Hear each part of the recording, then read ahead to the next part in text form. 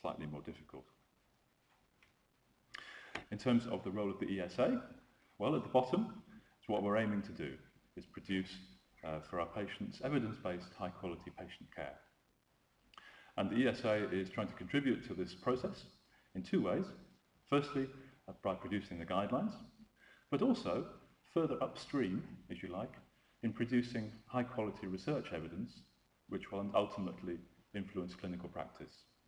And there is now a clinical trials network within Europe and sponsorship of high-quality studies, which in the end, I hope, will improve further the research evidence for perioperative care. Because as you know, although there is plenty of evidence around for anaesthesia and critical care, there isn't always enough.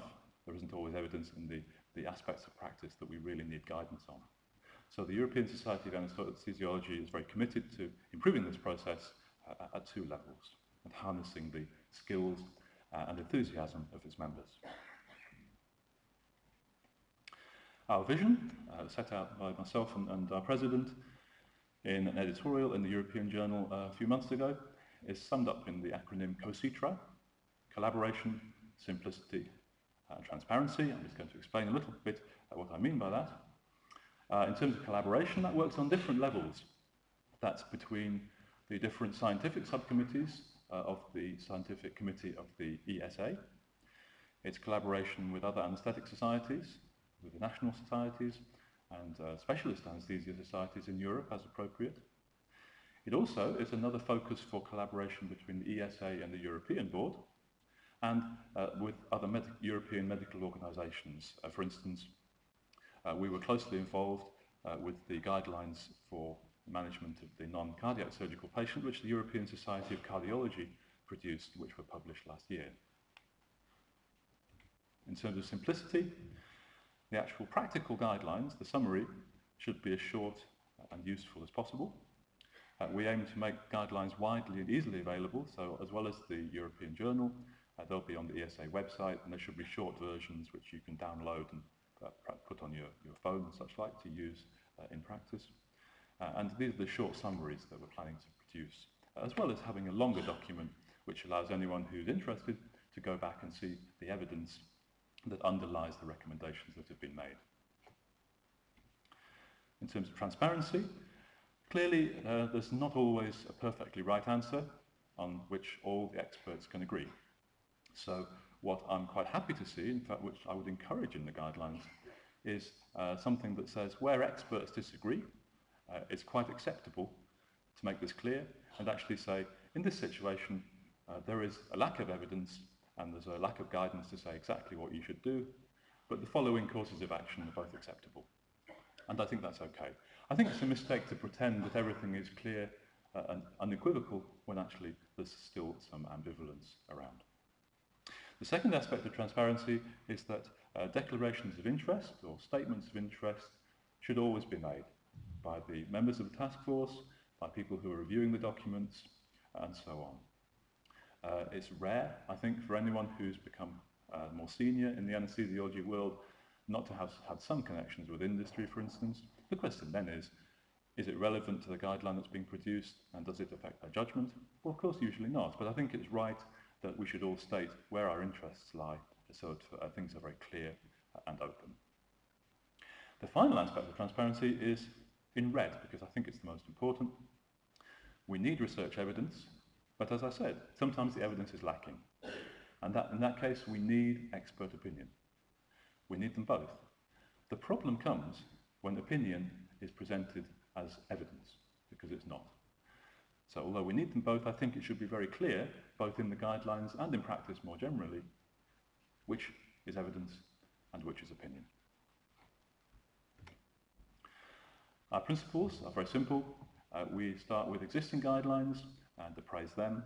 We update the searches from the last high-quality guideline we can find and summarise the evidence. And then we produce the guideline, making very explicit the level of evidence behind it, just like I showed you in the table before, and the strength of recommendation that the expert group feels they can make on the basis of that evidence. We've been using the SIGN system produced by the Scottish Intercollegiate Guidelines Network, And as you can see, it roughly mirrors the hierarchy of evidence I showed you earlier in the talk. For each guideline, once we've chosen the topic, we set out the scope and we work with the chair of the task force to decide that. We've been lucky to have the services of the Cochrane Anaesthesia Review Group based in Copenhagen for their searching and appraisal skills, working on two of the three guidelines we've set up so far. As I said, we formed the task force whose job it is then to translate the evidence into a guideline and to write the draft. The draft is then circulated, we get feedback, we try it out in practice, and then produce a final version for dissemination and implementation. Now, the review process is really important. And once the draft is produced, it goes to members of the relevant scientific subcommittees for scientific review. It also goes onto the ESA website. And I hope that when the two guidelines that are approaching the end of their process were posted on the website, you saw them and had the opportunity to respond, members should have had an email to invite them to do so, and I'd like to thank everyone who did. That was very useful.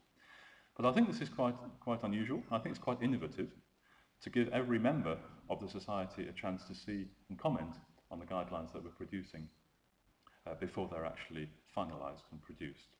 And I'd encourage you to make use of that opportunity in the future as well, because all the feedback is tremendously valuable. It's also sent to a various number of external organisations and societies who we think may be interested in seeing what we're doing, or may be able to offer us further advice or possible endorsement, in fact. So far, the ESA has worked on these topics, on perioperative fasting, which we're going to hear about this morning, preoperative evaluation for adults. A third task force is now a year into its work, producing advice on the management of severe bleeding. And the fourth topic has already been published towards the end of last year, recommendations on the management of regional anaesthesia in the presence of anticoagulation or antiplatelet agents was produced, and actually that comes from a working party which was set up even before the Guidelines Committee was established. So I'd encourage you to look at that. It was published in the European Journal towards the end of last year. There we are, that's it. Gogart and colleagues. So, the timelines for these. The fasting one will be in the European Journal in the next couple of months. The preoperative evaluation one will be launched in a similar session to this at the autumn meeting in Krakow in November, and will probably appear in the journal just before that. And we're hoping that the management of severe bleeding will be ready to be presented at the autumn meeting next year, in 2012. In the future, well, the ESA Clinical Trials Network will continue to help to generate research evidence to shape future guidelines. The ESA is committed to continuing to produce high-quality guidelines. They're freely available for everyone, and you're invited to use them. And you're also invited to comment on them and tell us what you think, because they will be updated and revised. And also, we want to produce something that's as useful as possible to our members. And if we hear from you, we can try and do that to the best of our ability. Thank you very much.